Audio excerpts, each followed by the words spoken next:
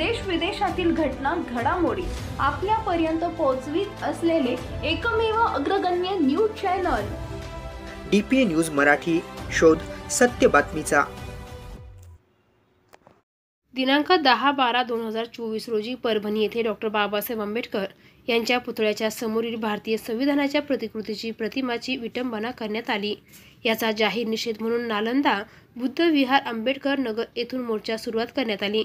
यावेळी डॉक्टर बाबासाहेब आंबेडकर चौक ते police station, ST bus stop, Chhatrapati Shivaji Maharaj Chowk ते तहसील कार्यालयावर मोर्चा धडकला।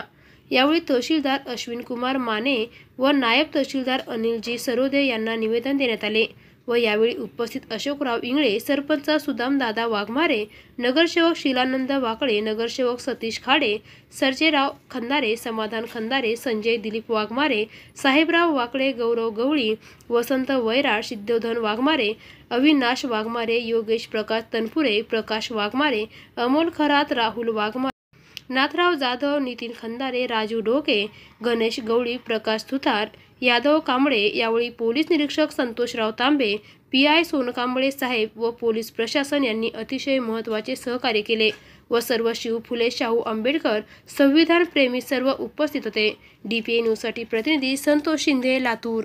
ताज्या घडामोडी व अपडेट जाणून घेण्यासाठी आताच DPA न्यूज चॅनलला सबस्क्राइब करा आणि बेल आयकॉन क्लिक करायला विसरू नका।